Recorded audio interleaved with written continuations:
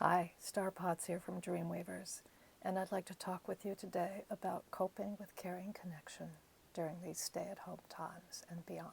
And this is a two-part video. So, just to start out with and to acknowledge where I'm sitting, I'm in Connecticut, rural Connecticut, sitting in my home on the lands of the original caretakers, the Nipmuc people. I come to you with a certain amount of privilege because I have a home. I am warm, my feet are on the ground, I am white middle class, and I have plenty to eat and I have access to health care, which gives my experience of this pandemic a particular slant that is not true for everyone. So I wanted to start out by really just naming that and also to look at what are the things that we need to attend to that will help us to cope in a way that we're in caring connection. So the first piece that we've talked about some in other videos is really dealing with our fears. So we need to attend to our fears and acknowledge and regulate our own systems. The fears in this pandemic are often along the lines of that we or others can die, or we have grief that people have died that we care about, or the sorrow of seeing so many people that we don't even know that have died, and the fears that that engenders.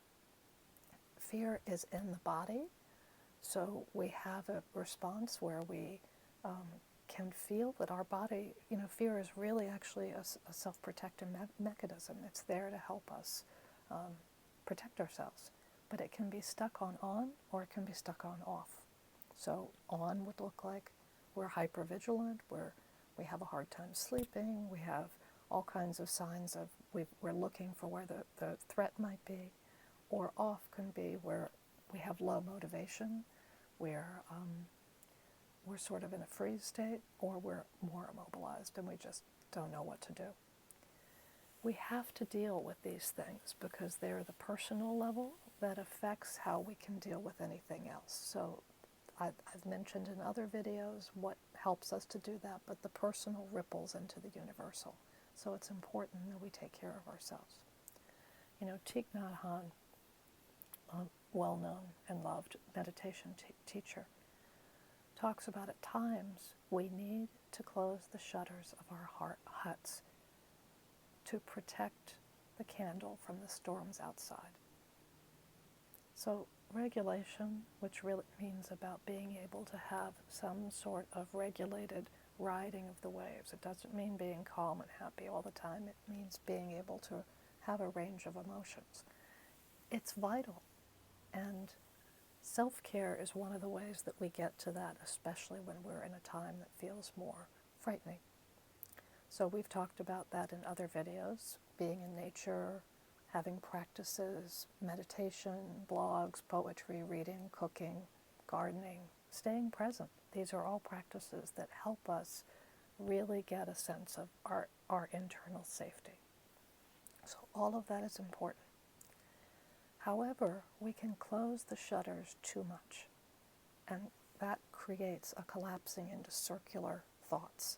And those thoughts very often can, especially for watching a lot of news, can be not so good. So what I'd like to talk most about in this video is what else we can do, because we know that it heals the heart to reach out and tune into something larger. Our solitary bodies just can't tolerate all this charge alone. And it's actually an illusion that we're alone, because there's living connection available everywhere. Even if you look around your house, look at your houseplants, at your pets, go out in nature and see where there's living connection. And that we have an opportunity with this pandemic to create a different view of how we approach it, because we're going to go through it anyway. As one of my teachers, Sparrowheart, said, you're going to do it anyway, you may as well do it powerfully. And I've always taken that to heart. So an example of that, one of my colleagues talks about, instead of talking about quarantine, talk about retreat, because that's using it and that's really embracing it. or stay at home versus lockdown. These words have an impact on how we frame this experience. Tara Brach talks about massive disruption can sharpen our attention and aspiration. So the invitation here is to explore what really matters, what's most true in this moment. And we can take that invitation or not. So the bulk of what I want to talk in the time we have remaining about is the people who fare best in my experience and observation are those who are in action that goes beyond themselves. So it sort of speaks to our better natures and creates a new world that we want to inhabit. There is a physical benefit because this gives us an outlet for our survival energy that benefits you and others. There's also a spiritual benefit in that we really are all connected, and physically we're social beings. So tuning into this creates a sense of expansion and reduces aloneness while aiding others. You hear often that we're in this crisis together. And it's true, because simultaneously on a global level, this one thing is affecting all of us. And we are having different experiences that make this a quite different experience based on what benefits and privileges we have. It's really important to see where others don't share those benefits or have barriers to health care or housing or jobs or money. It's just not equal. As I said before, I'm a mostly able-bodied, white middle-class woman living in a rural setting. For me, the stay-at-home is an inconvenience that poses some hardships. But unless I expose myself to an at-risk situation and contract COVID, I'm reasonably safe. This makes my experience different than that of someone in a city who is physically close to others, or one who may be disabled, or those facing racial discrimination that affects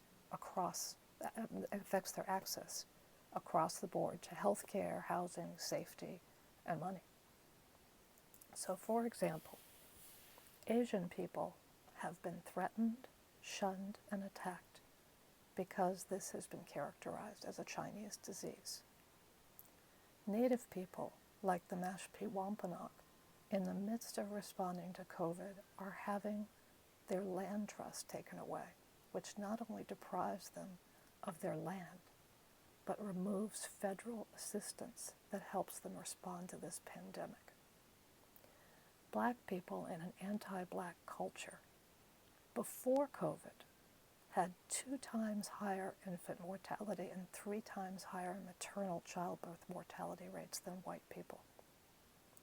Due to redlining, neighborhoods have been segregated and afforded poorer food options, denser populations, criminally inadequate health care, and more commonly are susceptible to environmental pollutants, which are dumped near communities of color more commonly. And all of this affects pre-COVID health capacities and conditions. With COVID, African Americans have 2.9 times higher death rate than white or Asian Americans, a disproportionate percentage to the population.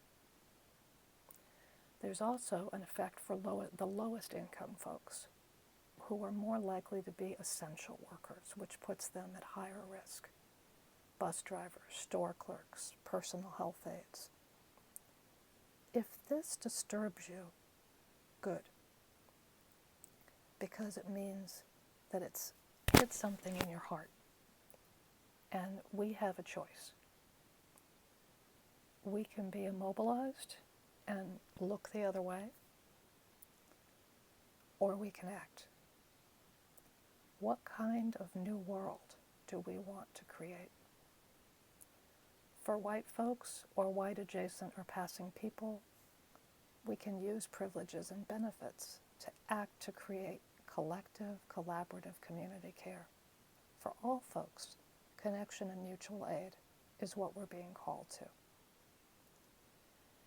In part 2, we'll look at some concrete ways of caring and connecting that are accessible personally and contribute to the larger good in positive ways. I hope you'll join me there. Thanks for listening, and thanks for caring. See you soon. Bye-bye.